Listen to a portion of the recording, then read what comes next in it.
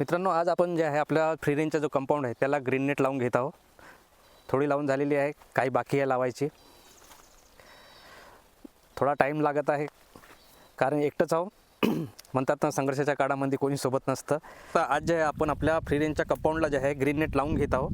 थोडी लावून झालेली आहे, काही ग्रीन नेट जे आहे लावायची बाकी राहिलेली आहे.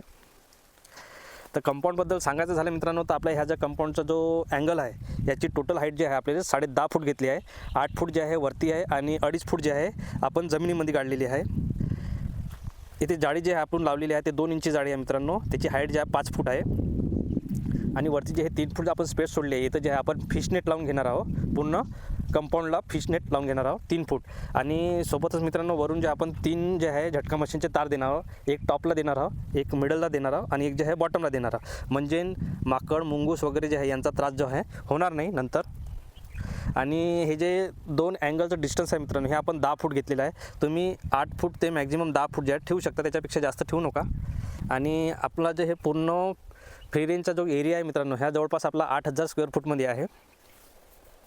आणि आपण हे जे टोटल याला खर्च जो आहे तो जवळपास 60,000 रुपये आला होता कंपाऊंडला. आणि ज्यांना आपण काम दिलं होतं त्यांनी अँगलनुसार काम घेतलं होतं. पर अँगल 250 रुपये त्याला आपण दिला होता.